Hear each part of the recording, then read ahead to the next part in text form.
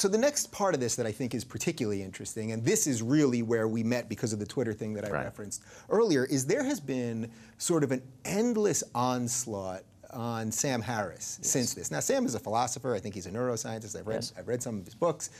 He's not a political person per se. He writes a little bit about politics, but not really. But there has been this endless onslaught, and I think slandering and smearing him, coming from the left, from people that in some cases I admire partly, some people that I've worked with. I'm talking about from Glenn Greenwald, who obviously has done great stuff with the NSA, and Reza Aslan, my former boss, Cenk Uygur, people that are really distorting his views. And I wanted to show a tweet that I got last night that I think kind of sums up the whole thing. So let's take a look at the tweet. Okay, so this had nothing, I wasn't tweeting about this. This has nothing to do with anything. And someone tweeted this at me. Question for Rubin Report: how exactly are we better than ISIS if we nuke the Middle East, killing millions of civilians like Sam Harris suggests? And then Sam Harris later wrote back to the person and said, you really believe that I've actually suggested that? Okay, so that tweet right there, the reason I wanted to use it is because I feel like it's a perfect example of how this discussion that we're talking about has been so far derailed. Now, of course, Sam Harris doesn't want to nuke the Middle East. He had one page in his book that's mostly about philosophy and religion,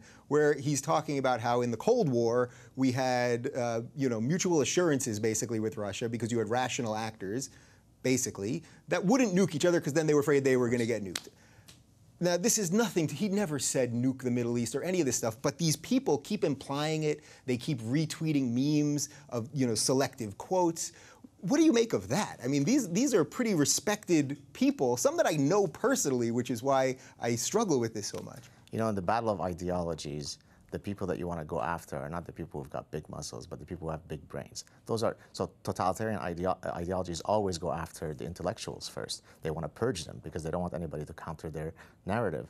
And so this is exactly what happens to guys like Sam Harris. He has a huge following. He can't be literally beheaded because we don't live in the Middle East, but I could certainly try my darnest to behead his reputation. And I'm going to do that by engaging in endless misinformation so that people can distance themselves from him. And he's just a quack. He's a warmonger. He's a Nazi. He's part of a Zionist conspiracy.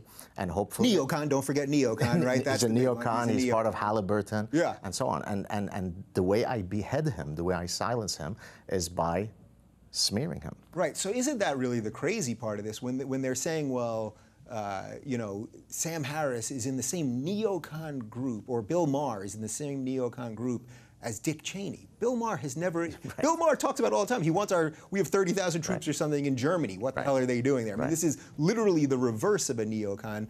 But these slurs, these are slanders, right? Really? I mean, is that... Well, these false equivalences are everywhere within this discourse. So, for example, if you take some feminists, they'll argue that the bikini is a patriarchal tool of oppression, whereas the burqa is a liberating thing because it removes the male gaze from the picture, right? So while the bikini-clad woman is being visually raped by men, once you don the burqa, she is liberated. So these types of equivalences are astonishing, but they're everywhere. Right. Now, as backwards as I may think that is, I would say, you know what, you can believe that if you want, but it should be up to the woman to decide. Sure. Where in most of those countries where women are wearing burqas, they don't really have the choice not to wear the burqa. Of course.